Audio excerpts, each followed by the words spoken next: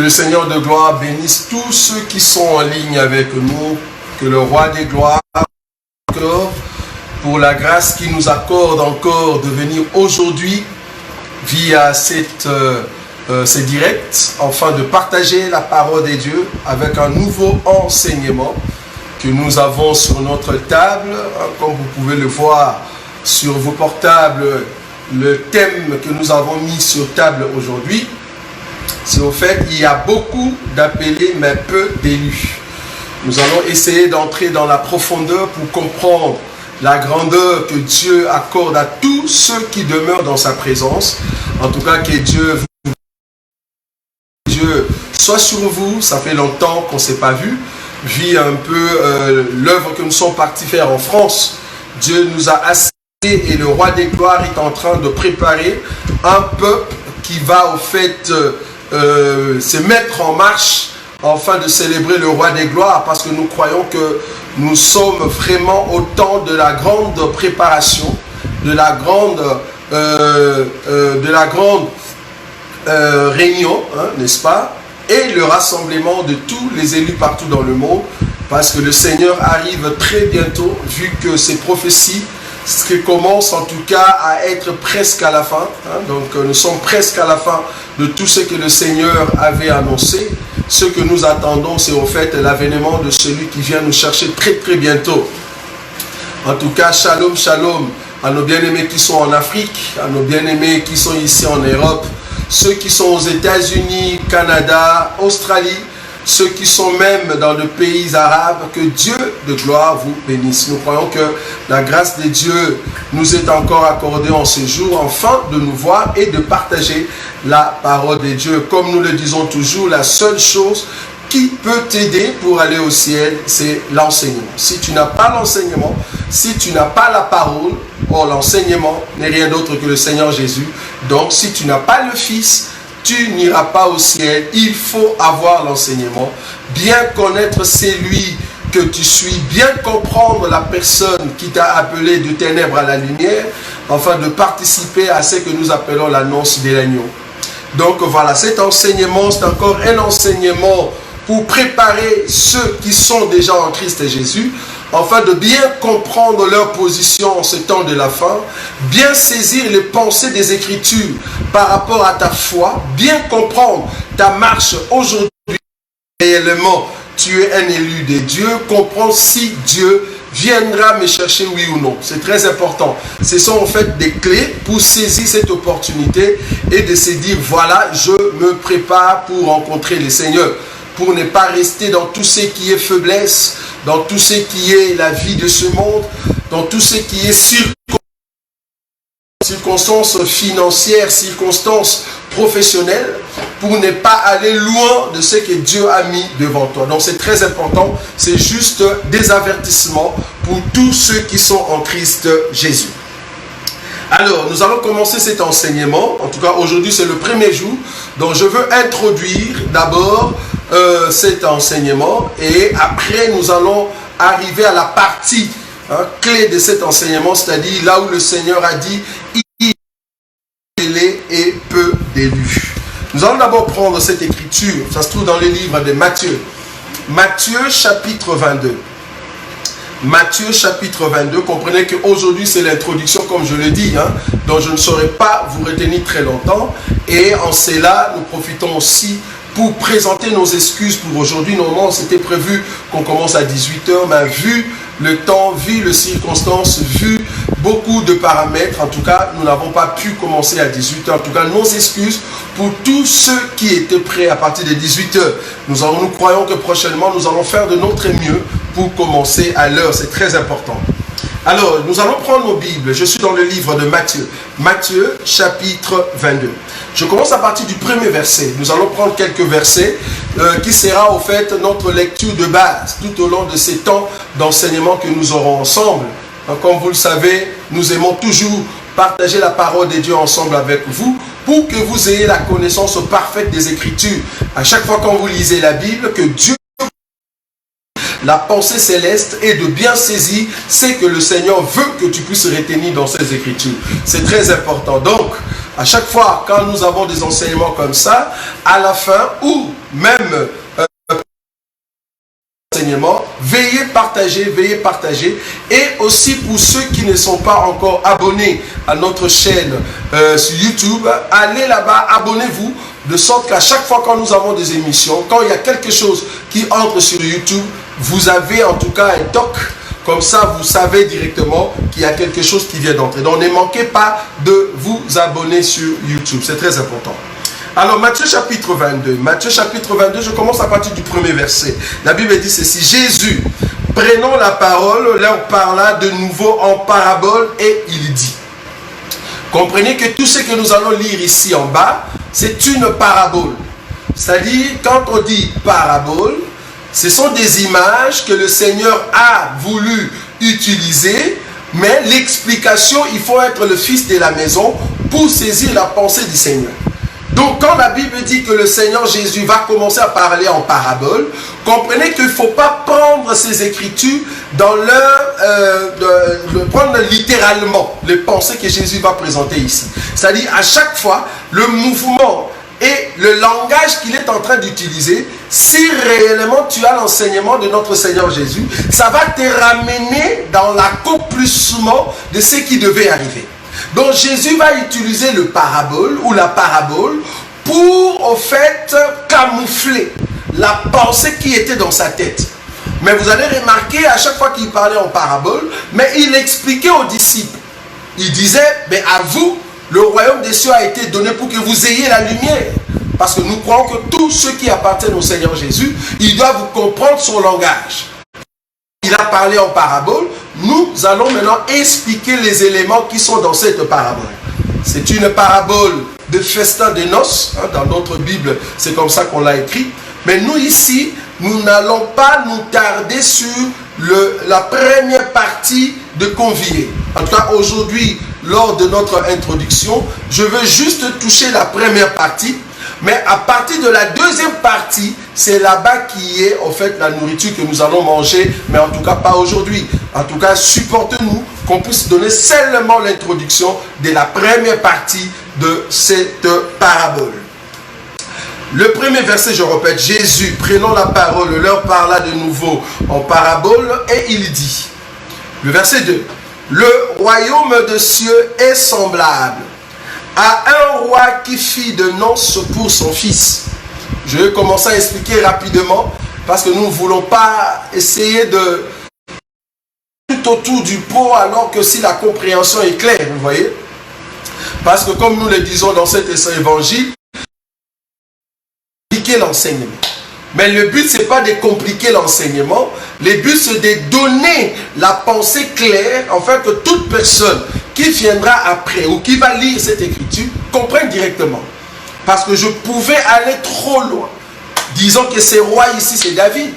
Je pouvais aller trop loin. Disons que ce roi ici, c'est en fait Moïse. Donc je peux aller dans beaucoup de paramètres juste pour compliquer l'enseignement. Mais ceux qui sont de la maison, ils connaissent, ils savent les langages de la maison, donc c'est facile. Mais ici, le but, c'est comme nous sommes en direct, en tout cas dans le monde, nous voulons que tous ceux qui nous suivent comprennent notre langage des bases. Comme ça, quand nous allons compliquer les enseignements, ou soit aller dans la profondeur des enseignements ou des langages, comme ça, vous avez déjà une idée parce que vous nous suivez tout le temps. C'est très important. C'est pour cela, partagez ces enseignements pour ceux qui ne connaissent pas encore la Bible, afin de comprendre la pensée de la Bible. La Bible dit, le royaume des cieux est semblable à un roi qui fit des noces pour son fils. J'ai dit que le roi ici, je pouvais mettre dans la Bible David, je pouvais mettre Moïse, mais juste pour expliquer que c'est Dieu. Ça va? Donc ce roi ici, c'est Dieu. Alors le verset 3. Il envoya ses serviteurs appeler ceux qui étaient invités aux noces. Mais ils ne voulurent pas venir, c'est-à-dire les conviés. Ils ne voulurent pas venir. Il envoya encore d'autres serviteurs en disant, dites aux conviés, voici j'ai préparé mon festin, mes bœufs, mes grâces sont tuées, tout est prêt, venez aux noces. ici parce que je vous ai dit, j'entre directement dans l'introduction pour vous montrer déjà la première partie. Ici, quand le roi qui est en train de dire que à la deuxième partie, il a maintenant envoyé le serviteur pour dire, va leur dire que j'ai tué des animaux, j'ai tué des bœufs, tout est prêt pour la fête. Donc il faut comprendre qu'il y a une partie de la préparation de la fête et l'autre partie c'est la fête proprement dite. Je répète, donc ici le roi voulait dire que je me suis déjà préparé. J'ai tué les bœufs, j'ai tué l'agneau, j'ai tué tout ce que vous savez comme sacrifice par Moïse, voilà l'explication, par la... Pendant tous ces temps-là, c'était la préparation. Ce n'était pas encore le festin. Tout ce que je fais avant, tout ce que j'ai envoyé comme serviteur, la préparation, maintenant le festin arrive. Le festin de qui? De mon fils. C'est pour ça que je vous dis de venir à la fête. Mais la préparation est déjà faite. La préparation, c'est le temps où Dieu a accepté par l'homme ce qui était l'animal qu'on pouvait présenter, c'est-à-dire les sacrifices, ou par la loi mosaïque, ou par des sacrifices qu'on donnait. Tout ça, c'était la préparation du temps de la grâce. Est-ce que vous voyez ça? Même le temps de la grâce en soi pour l'Église, c'est aussi une préparation et c'est aussi une invitation. Vous allez comprendre ça. Donc ici, le roi nous dit que le temps qu'il a tué les animaux, le temps qu'il a tué les bœufs et les agneaux, c'était la préparation. Donc le temps de la loi, le temps du sacerdoce mosaïque, c'était la préparation qui nous amène dans le festin. Mais seulement les conviés, ce n'était pas n'importe qui, c'était seulement un peuple que Dieu avait choisi. Pourquoi? Parce que c'était le peuple destiné pour ce festin. Ce n'était pas tout le monde qui devait venir dans ce festin, seulement un peuple qui était destiné de venir dans ce festin. Mais avant qu'il vienne, le roi avait déjà préparé. Il a commencé par tuer les animaux. La préparation s'est faite par la loi et Dieu a invité Israël. Voilà l'explication. Dieu va inviter Israël par la préparation, mais cependant Israël n'était pas prêt. Je suis dans l'introduction. Israël n'était pas encore prêt. Il continue. Verset 4 que je venais de lire. Il envoya encore d'autres serviteurs en disant, dites aux conviés, voici, j'ai préparé mon festin. Ce n'est pas encore le festin, c'était la préparation. Mes bœufs, mes bêtes grasses sont tuées. Est-ce que vous voyez ça? Le temps de tuer les bœufs, de tuer le vache, ça c'est... Le roi avait déjà préparé son festin. Le verset 5, mais sans s'inquiéter de l'invitation, ils s'en allèrent, celui-ci à son champ, celui-là à son trafic. Est-ce que vous voyez ça? Je répète le verset 5 et le verset 6. C'est très important. Mais sans s'inquiéter de l'invitation, ils s'en allèrent, celui-ci à son champ, celui-là à son trafic, et les autres se saisirent de les outragèrent et les tuèrent.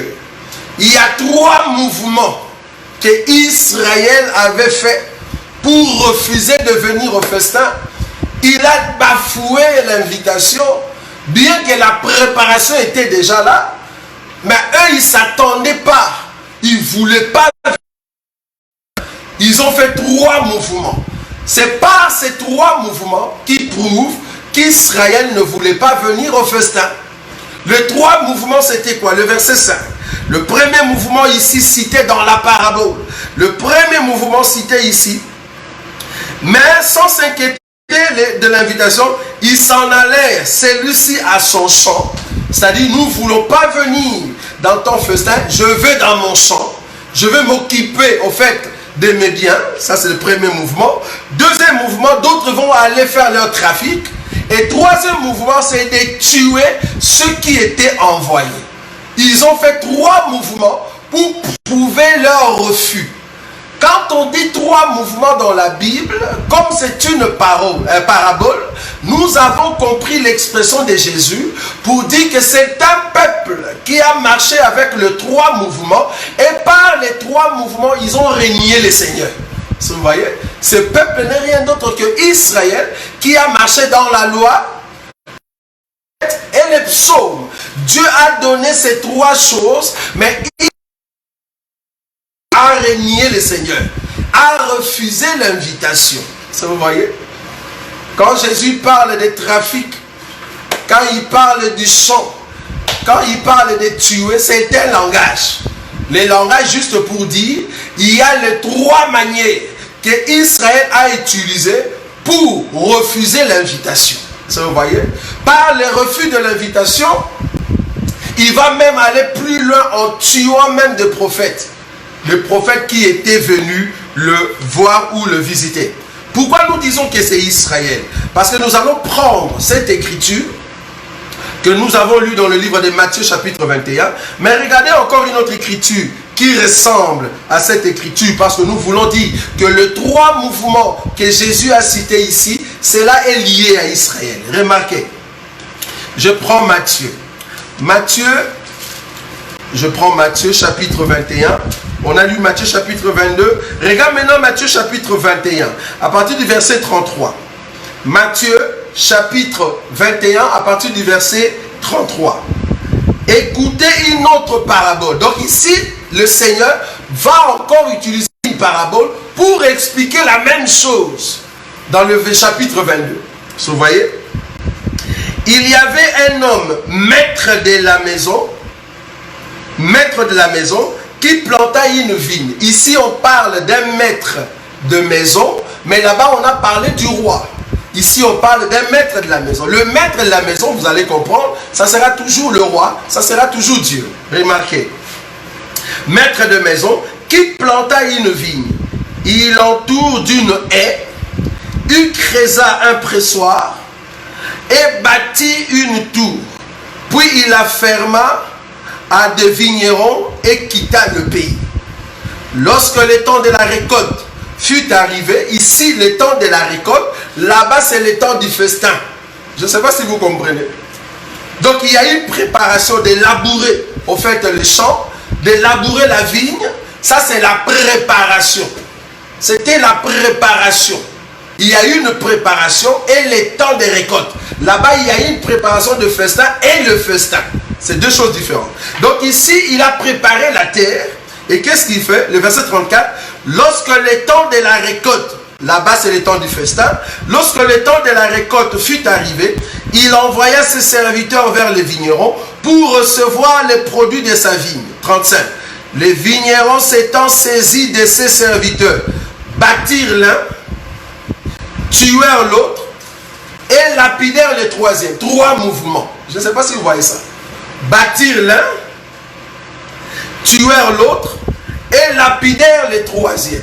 Ils ont fait 3 mouvements. Même là-bas, ils ont fait 3 mouvements. Les 3 mouvements expliquent les 3 langages que Dieu avait donnés à Israël par la loi, les psaumes et le prophète. Luc chapitre 24, le verset 44.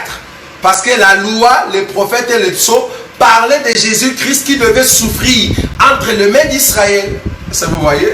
C'est les 3 langages. Ici, on utilise maintenant, ils battirent l'un, ils tuèrent l'autre, et le troisième, on l'a lapidé. Là, c'est les 3 langages aussi. Ça, vous voyez? Mais l'écriture continue. Le verset 36. Il envoya encore d'autres serviteurs, en plus grand nombre que le premier, et les vignerons les traitèrent de la même manière. Quand on dit même manière, ils ont utilisé les 3 langages, tuèrent l'un, battirent l'autre, et lapidèrent les autres. Là. Ça va? Donc c'est toujours les 3 manières. Or les 3 manières, je vous ai dit, c'est la loi, le psaume et le prophète. Maintenant le verset 37. Enfin il envoya vers eux son fils, en disant, ils auront du respect pour mon fils. Mais quand les vignerons virent le fils, ils dirent entre eux, voici l'héritier, venez tuons-le et emparons-nous de son héritage. 39. Et ils se saisirent de lui, le jetèrent hors de la vigne et les tuèrent. Maintenant, lorsque le maître de la maison viendra, que fera-t-il de ces vignerons? Il lui répondit, il fera périr misérablement ces misérables, et il affermira la vigne à d'autres vignerons qui lui donneront le produit au temps de la récolte. Vous voyez?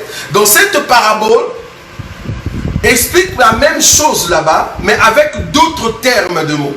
Ici, on nous explique que Israël, c'était la vigne de Dieu, et que les vignerons en question, c'était en fait le sacerdoce mosaïque qui était là, qui contrôlait en fait Israël, c'est-à-dire c'était comme des juges, c'était le sacrificateur et le roi qu'on avait placé. Mais malheureusement, ces gens, quand Dieu envoyait des prophètes pour leur dire, préparez-vous pour le festin, préparez-vous pour le récolte, Israël tuait le prophète. C'est ce que Jésus a dit. Israël tuait le prophète. Ils ont tué, ils ont lapidé les autres. Maintenant, le Seigneur ou le maître de la maison va dire, je vais alors envoyer mon propre fils. Le fils en question, c'est le Seigneur Jésus. Croyant qu'ils auront du respect, mais ils l'ont fait encore pire. Et c'est là-bas que la colère du maître de la maison est venue. Donc la colère de Dieu n'était pas encore quand on maltraitait le prophète. Mais c'était juste l'accumulation. Et le dernier prophète qui a fait monter la colère de Dieu pour que Dieu puisse juger Israël, c'est son fils. Ça, vous voyez? Quand le fils est venu et qu'ils ont touché au fils, c'est là-bas que le maître de la maison va prendre la décision. Ça va? Et la décision, c'est quoi? Il va au fait maltraiter misérablement ces misérables ou ces gens qui ont tué son fils, et il va prendre la vigne et donner à un autre peuple. C'est là-bas que nous allons toucher prochainement, parce que l'autre peuple, c'est l'Église aujourd'hui. C'est toi et moi qui écoutons cette parole. Le fait qu'Israël a refusé le Seigneur, mais aujourd'hui, Dieu nous a donné cette nourriture. Parce qu'il doit prendre la vigne et donner à d'autres vignerons qui vont donner le fruit. Parce que comprenez que nous sommes entrés dans un champ qui ne nous appartenait pas. Est-ce que vous voyez? Le champ ici ne nous appartenait pas. Le champ appartenait à Israël, mais parce qu'Israël a désobéi, on le met de côté. Du coup, ce sont d'autres vignerons qui vont prendre en charge. Maintenant, ces d'autres vignerons, c'est ça l'enseignement que nous aurons en profondeur prochainement. Ici, nous sommes à l'introduction. J'ai pris cette écriture pour montrer que c'est Israël, dans Matthieu chapitre 22, là où nous avons lu, en ce qui concerne les conviés, le premier convié, cela représente Israël. Israël que Dieu chérissait, que Dieu aimait tellement, mais il a refusé de venir à la fête. Alors, nous allons continuer. Toujours Matthieu chapitre 22. Remarquez maintenant cette écriture que nous allons prendre et expliquer en ce qui concerne Israël. Je prends Matthieu chapitre 22, le verset maintenant, là où nous étions, le verset 30. Je prends Matthieu chapitre 22, je prends l'écriture à partir de 33, là où nous avons lu. Hein? Voilà, c'est ça. Donc, non. Matthieu chapitre 22, oui, à partir du premier verset. Mais l'écriture qui m'intéresse ici, que je vais toucher, c'est l'écriture. Je reprends l'écriture 5, voilà. Donc, Matthieu chapitre 22, l'écriture 5. Mais mais sans s'inquiéter de l'invitation, ils s'en allèrent, celui-ci à son champ, celui-là à son trafic, et les autres se saisirent des serviteurs, les outragèrent et les tuèrent. Ça, c'est l'explication que j'ai donnée tout à l'heure, de dire par rapport à Matthieu chapitre 21, que c'est au fait le prophète qu'on était en train de tuer, et jusqu'à ce qu'ils ont touché même au fils. Et c'est là-bas que la colère du maître de la maison est venue. Ici, ils ont tué le fils. C'est là-bas que le roi va prendre la décision que nous allons lire dans le verset 6. Regardez le verset 6. Et les autres se saisirent de serviteurs, les outragèrent et les tuèrent. Verset 7. Le roi fut irrité. Il envoya ses troupes, voilà, fit périr ses meurtriers et brûla leur ville. Il envoya ses troupes, c'est très important, fit périr ses meurtriers et brûla leur maison. Qu'est-ce que je veux dire par rapport à cette écriture? Le verset 7. Je vais prendre Ésaïe. Remarquez Ésaïe pour comprendre que c'est Israël. Le but ici dans l'introduction, nous voulons d'abord voir Israël, et après, comme Israël était hors jeu, on le met de côté, on va prendre un autre peuple. Et c'est là-bas que nous allons expliquer maintenant beaucoup sont appelés, mais peu sont élus. C'est très important. Ésaïe. Je prends Ésaïe, chapitre 5. Remarquez, pour montrer que c'est Israël. Ésaïe, chapitre 5. Je commence à partir du premier verset. Je chanterai à mon bien-aimé les cantiques de mon bien-aimé sur sa vigne. Mon bien-aimé avait une vigne sur un coteau fertile. 2. Il en remuera les sols, ôta le pierre et y mit un plan délicieux. Il bâtit une tour au milieu d'elle et il creusa aussi une cuve. Puis il espéra qu'elle produirait des bons raisins, mais elle en a produit des mauvais. Ici, il y a d'abord le temps de la préparation, c'est-à-dire cultiver les champs, mettre la vigne et que la vigne pousse. Et après, maintenant, ici, il faut... Parce qu'il faut comprendre que quand est-ce que le maître était venu pour manger, les maîtres de la vigne, les propriétaires de la vigne, venu manger sa vigne, ou soit il espérait trouver la vigne dans son champ par le Fils. Quand Jésus est venu, c'était en fait la venue du Père. S'il y a la vigne, c'était le temps de voir si la vigne a poussé. C'est quand le Seigneur Jésus est venu. Mais vous allez remarquer, Jésus, quand il a vu le figuier, il n'y avait pas de fruits. Le figuier qui n'avait pas la faute de figuier, parce que ce n'était pas son temps. Jésus va maudire le figuier. Ça vous voyez? Il ne trouve pas de fruits, il maudit le figuier. Or, le figuier qui a été maudit n'est rien d'autre que Israël. Pourquoi on n'a pas trouvé de produits que le maître, pendant tout ce temps de la préparation, il a mis de temps, il a creusé, il a mis de l'eau, il a mis des engrais pour que cela donne quelque chose de... Mais l'arbre ou la vigne n'a rien donné. Tout soit les vignes données. En d'autres termes, c'était une... Vous voyez ça? Et c'est de là le Père, par le Fils, va Israël. Et c'était là-bas que la colère a monté. Pourquoi? Parce que Israël a touché à son fils, au Fils de Dieu. D'Ésaïe, la pensée de Matthieu. La Bible dit ceci, je répète le verset, au fait, 2. Le sol, ôta le pied, et il mit un plan délicieux. Le plan délicieux ici veut dire la tribu de Juda. La vigne, donc Dieu, dans ces passages, parlait d'Israël et son roi. Il parlait des autres tribus d'Israël. Parce que le plan délicieux que Dieu a mis à l'intérieur de la... En bas, c'est déjà expliqué, c'est Juda. Donc, Israël et Juda étaient au fait les champs de Dieu, que Dieu avait préparé pour que cela donne de fruits. Je continue.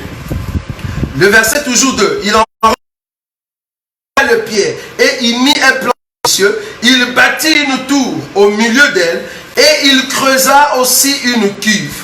Puis il espéra qu'elle ait de bons raisins, mais elle en a produit de mauvais.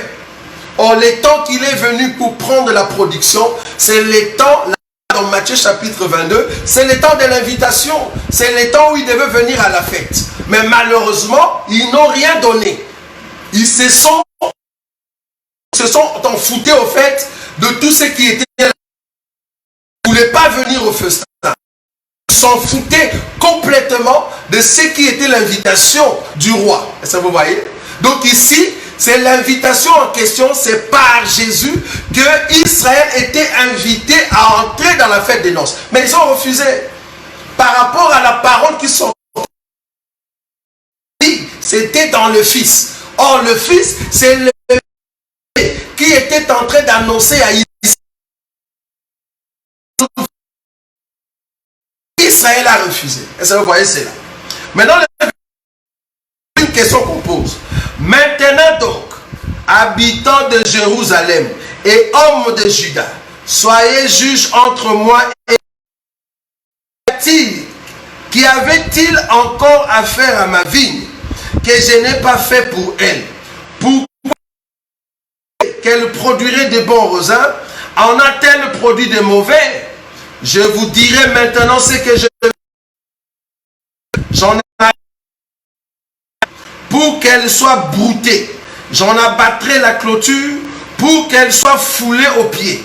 Je la réduirai en friche, taillée ni cultivée. Les ronces et les épines y croîtront, et je donnerai mon ordre aux nuées, afin qu'elle ne laisse plus tomber la pluie sur elle. 7. La vigne de l'Éternel des armées, c'est la maison d'Israël, et les hommes de Juda, c'est les plans qu'ils chérissaient. J'aime ça. Donc la Bible est déjà répondu. Donc n'allez pas de Dieu. C'est quoi les plans? La Bible est déjà répondu que la vigne de l'Éternel et les plans délicieux, c'est Israël, c'est-à-dire Juda. Donc là, nous comprenons que Dieu parlait d'Israël. Israël, que Dieu a travaillé dessus. Que Dieu a donné pour donner à Israël toutes les capacités. Qu'est-ce que lui-même a posé? Je n'ai pas fait à ma vigne. J'ai tout mis. Mais malheureusement, la terre n'a pas reçu la parole, n'a pas reçu la loi, parce que la loi était dure. Est-ce que vous voyez? Et maintenant le Seigneur va dire, qu'est-ce que maintenant je veux faire à Israël? Je vais ouvrir la clôture, je vais briser la haie, comme ça, les hommes méchants, ils au pied. Là, on parle maintenant dans Matthieu chapitre 22, la troupe. Là-bas, la Bible parle, Dieu va envoyer, ou le roi, il va envoyer sa troupe pour mettre ou faire périr tous ceux qui sont des misérables. Hein? Nous allons remarquer. Donc ici, quand dans les livres de Ésaïe, chapitre 5, le verset que nous venons de lire, c'est-à-dire le verset, quand il dit que je vais ouvrir la clôture pour que la vigne soit, ça veut dire Matthieu chapitre 22. Je rentre là-bas. Donc c'est Matthieu chapitre 22, là où le roi a dit ceci. Je crois que c'est le verset 7. Matthieu chapitre 22, le verset 7. Le roi fut irrité, il envoya ses troupes, fit périr ses meurtriers et brûla leur. Parce que c'était les gens que le roi avait invités. Maintenant, qu'est-ce que le roi va faire? Il va envoyer leurs troupes ici dans l'explication d'Ésaïe du dehors qui viennent attaquer Israël à chaque fois le péché, à chaque fois que Israël n'obéissait pas à la loi de Dieu. Deutéronome chapitre 28. À chaque fois que Israël ne respectait pas la parole de Dieu, Dieu envoyait des nations étrangères afin de venir ou fouler aux pieds Israël. Et 7 fois. Déjà la 7e fois qui va arriver très. Et que ici c'est le langage, là où nous disons que Caïn sera vengé 7 fois. Ça vous voyez? Qu'on va tuer Caïn et 7 fois à venger. Mais il doit d'abord être tué. Caïn sera tué 7 fois et 7 fois vengé. Très important. Donc quelqu'un qui tue Caïn, Caïn sera vengé 7 fois. Très important. Donc ici nous comprenons que Israël doit être brouté, ou c'est-à-dire foulé aux pieds par rapport à la promesse donné par Moïse dans Deutéronome chapitre 28. Je prends d'abord le verset 15. Remarquez, Deutéronome chapitre 28, le verset 15. Mais si tu n'obéis point à la voix de l'Éternel ton Dieu, si tu ne veux pas et ne mets pas en pratique tous ces commandements et tout ce qui t'est prescrit aujourd'hui, voici toutes les malédictions qui viendront sur toi et qui seront ton partage. Et on commence à citer les malédictions.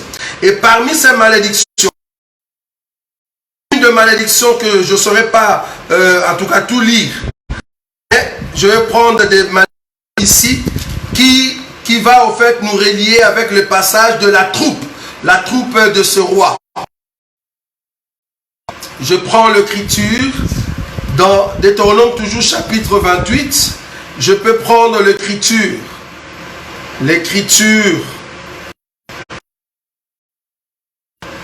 Deutéronome chapitre 28 verset 32. J'ai déjà lu le verset 15 pour voir que c'est la malédiction. Maintenant le verset 32, parmi les malédictions, il y a une malédiction qui ressemble aux troupes. La Bible dit, le verset 32, tes fils et tes filles seront livrés à un autre peuple, tes yeux le verront et languiront tous les jours après eux, et ta main sera...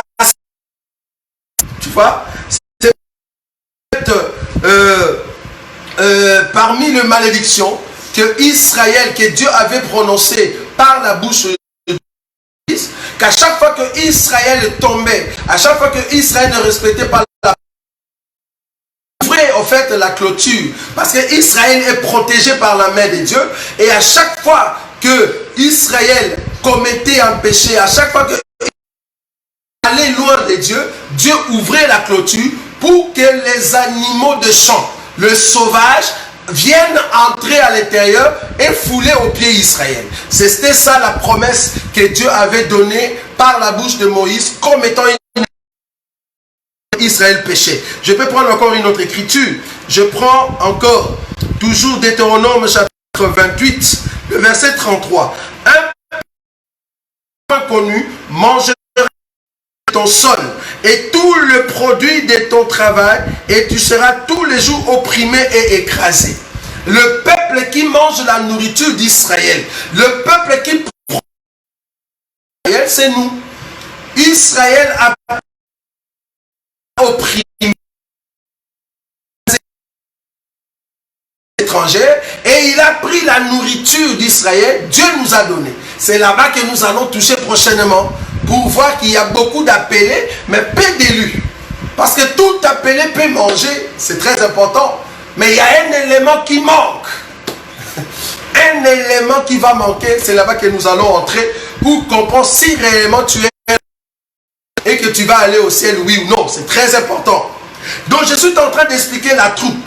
La troupe du roi ici, le roi en question c'est l'Éternel, et que l'Éternel va permettre aux nations de venir toucher Israël, va permettre, il a permis déjà à Pharaon de toucher Israël, il a permis à la Syrie, il a permis aux Babyloniens, il a permis aux Médo-Perses, il a permis aux Gréco-Latins, il a permis aux Romains, et bientôt il va encore envoyer un peuple qui va fouler aux pieds Israël. C'est le 7e peuple, ou la 7e nation qui va en fait attaquer Israël. Parce que Israël doit être attaqué 7 fois, pas plus de 7. 7 fois. Parce que 7 fois que Caïn doit être vengé. Vous voyez? Donc 7 fois. Nation, selon Apocalypse, je crois, chapitre 17, nous aimons toujours répéter ces écritures. La Bible, tout là-bas, Apocalypse, je crois, chapitre, j'ai dit, je vais le chercher rapidement. Je prends Apocalypse, chapitre, je regarde le chapitre 17, voilà. Apocalypse chapitre 17. Je prends l'écriture.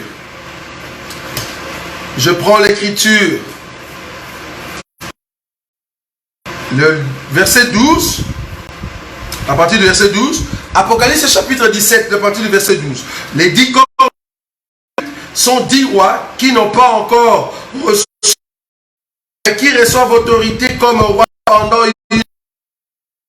Je saute, je prends encore une autre écriture. Verset 9. C'est ici l'intelligence qui a de la sagesse. Apocalypse, verset 9.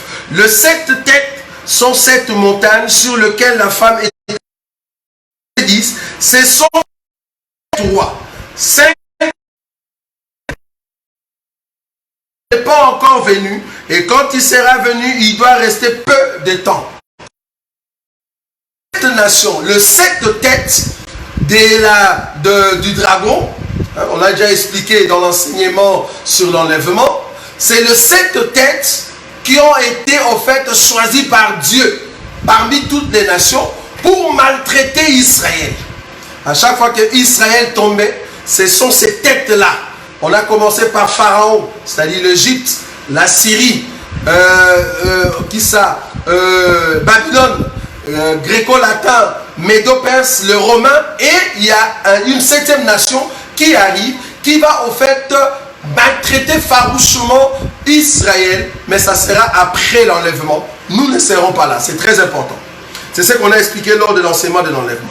Donc je disais que les troupes du roi, c'est toutes les nations qui attaquaient Israël. Pourquoi? Parce que Israël refusait l'invitation.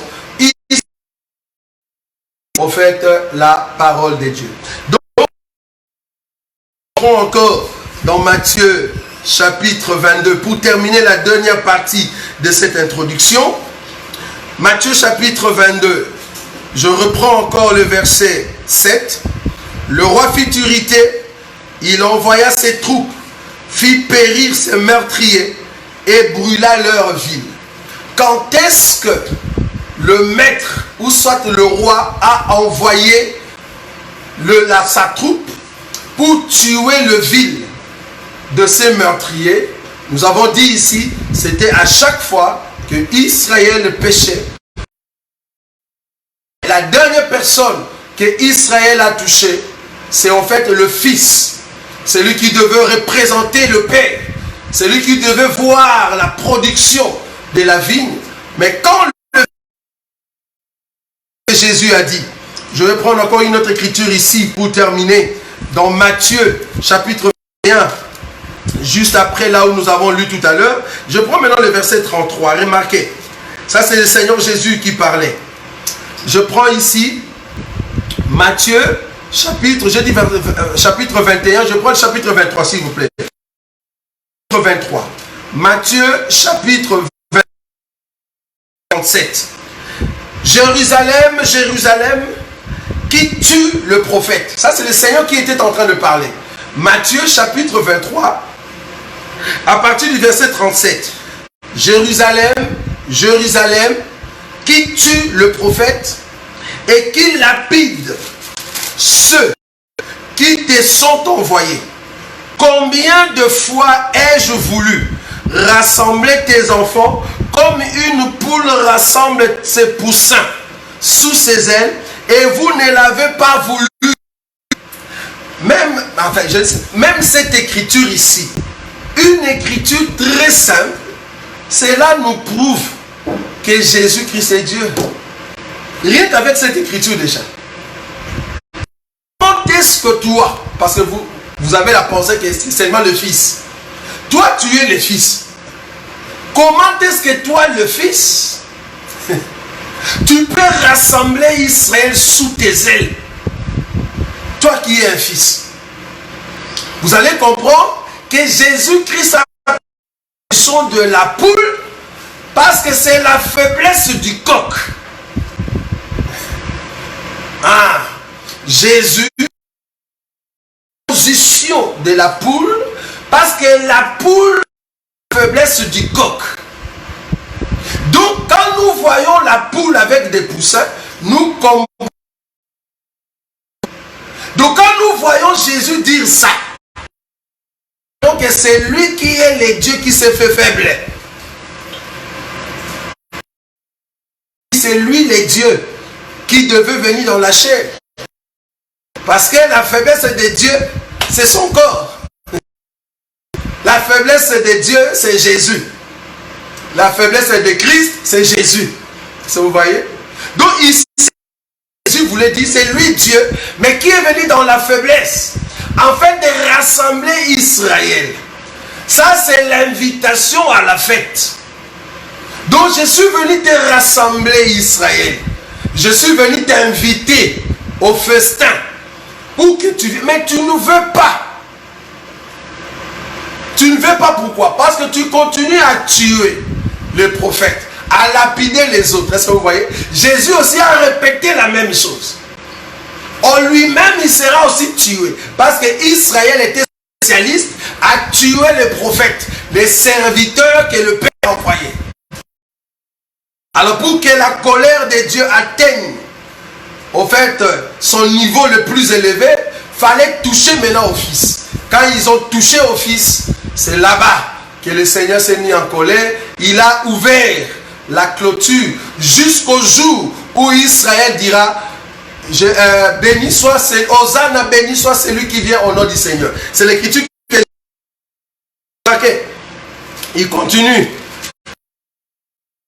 Jérusalem, Jérusalem, qui tue le prophète et qui lapide ceux qui te sont envoyés, comme rassembler tes enfants, comme une poule rassemble ses poussins sous ses ailes, et vous ne l'avez pas voulu.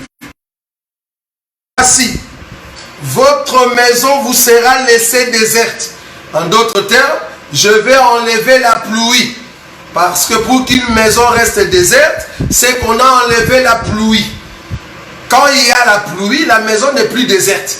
Mais quand nous enlevons la pluie, la maison devient déserte. C'est la protection divine pour qu'il y ait la sémence. Est-ce que vous voyez? Comme Dieu a enlevé la parole, comme Dieu a enlevé l'enseignement, Israël devient déserte, alors les animaux des champs peuvent entrer.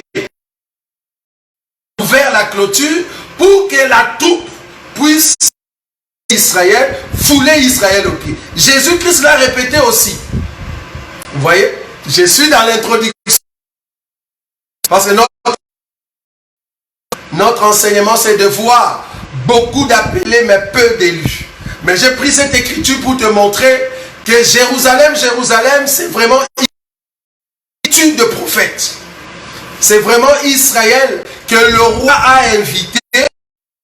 Ils ont tué les serviteurs que le roi avait envoyés. Vous voyez? Donc il s'agit d'Israël. Matthieu chapitre 23, le verset 38. La maison vous sera laissée déserte. 39. Car je vous l'ai dit, plus désormais, jusqu'à ce que vous diriez, béni soit celui qui vient au nom du Seigneur. Ça, c'est le Seigneur Jésus qui l'a annoncé.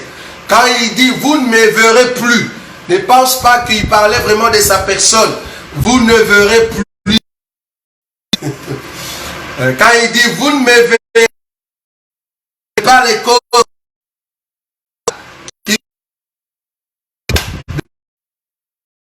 Je vais maintenant en le royaume de Dieu.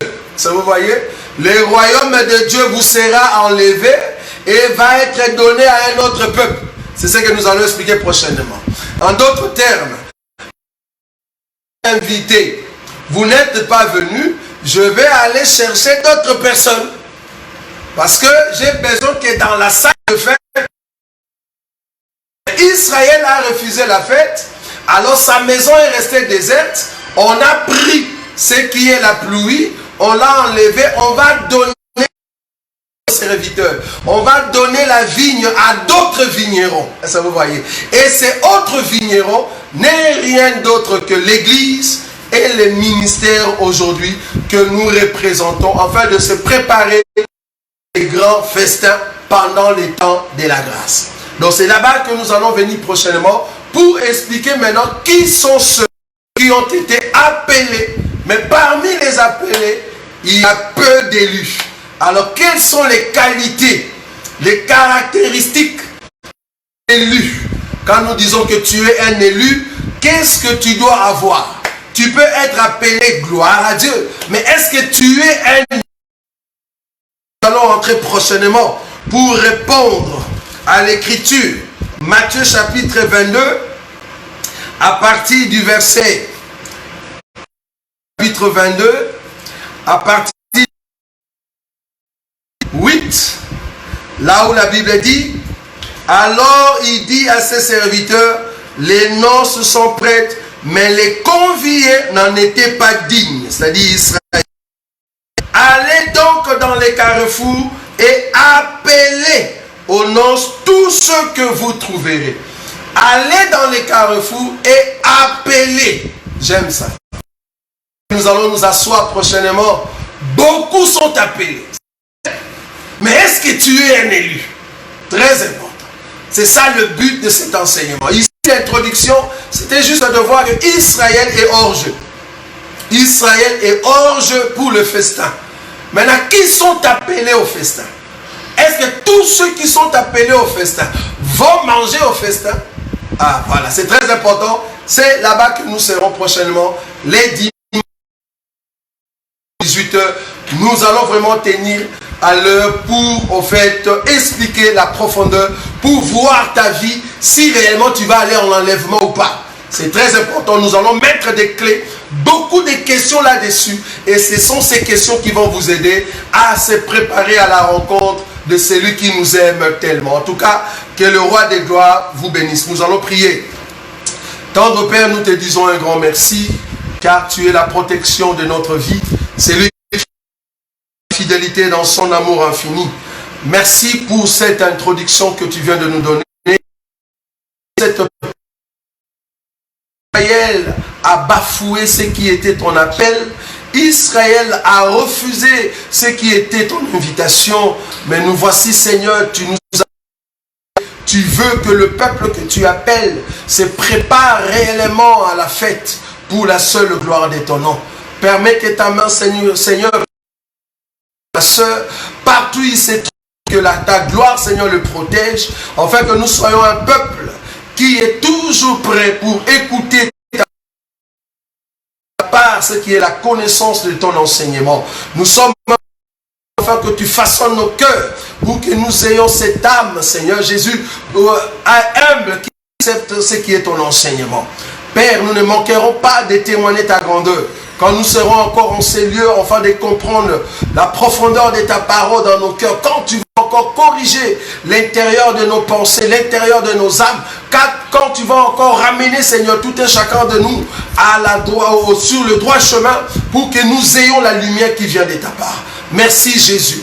Permets que cet enseignement soit gravé dans l'âme de mes bien-aimés pour la seule gloire de ton nom, afin que nous puissions le mettre en pratique. En ton nom, Seigneur Jésus-Christ, que nous avons ainsi prié. Amen. Que le Seigneur Jésus soit loué. Donc voilà, nous avons repris avec nos enseignements. Nous espérons que ça va encore continuer vu la situation ici en Belgique. Parce que pour le moment, avec ces Covid-19, c'est-à-dire Corona, la situation continue à s'empirer encore davantage. Nous sommes en train de voir quand est-ce que nous aurons en tout cas nos réunions. Nous nous sommes dit la fois passée que nous allons réunir au fait un montant pour trouver une place. Mais là, nous craignons, nous devons encore attendre. Nous devons encore attendre jusqu'à ce que les nouvelles ou les informations seront en tout cas meilleures. Et c'est là-bas que nous allons vous dire quand est-ce que nous allons commencer nos réunions. Donc pour le moment, nous attendons encore vos réactions par rapport à la cotisation. C'est très important. Donc ne manquez pas de le faire pour tous ceux qui ont pris ces engagements. Continuez à le faire et nous verrons à la suite quand est-ce que nous allons trouver un endroit où il nous sera facilement accordé de prier et de se réunir. C'est très important. Donc, nos réunions continuent en live. Nous aurons des prédications, en tout cas chaque dimanche, à partir de 18h. Et nos réunions de prière chaque lundi, chaque mardi, chaque mercredi et chaque jeudi. Donc, ne manquez pas ces rendez-vous. Et en ce qui concerne l'émission de Biyemba Yemba Ebite Yatea, ça ne sera pas régulière. Donc il y aura des moments où nous allons annoncer l'émission. Donc si nous ne l'annonçons pas, donc il n'y aura pas cette émission de chaque vendredi, vu les occupations que nous avons maintenant. Mais chaque dimanche, nous serons là à partir des 18h jusqu'à ce que le Seigneur nous fasse grâce. Et Dieu voulant, prochainement, il n'y aura pas que moi qui va au fait présenter l'enseignement. Il y aura aussi d'autres bien-aimés qui vont commencer à passer pour prêcher la parole de Dieu à cette heure-là. C'est très important parce que nous voulons écouter toutes les grâces que Dieu nous a accordées dans cet évangile. En tout cas, que le Seigneur de gloire vous bénisse. Ne manquez pas nos rendez-vous, c'est très important. Nos rendez-vous avec les élus de Paris chaque dimanche à partir de 11h30 jusqu'à 14h et chaque mardi et jeudi à partir de 21h pour la prière en ligne. Et pour les élus de Bruxelles, chaque dimanche à partir de 18h et lundi et mercredi à partir de 21h juste pour la prière en ligne. En tout cas, que Dieu de gloire vous bénisse, vous tous qui étiez avec nous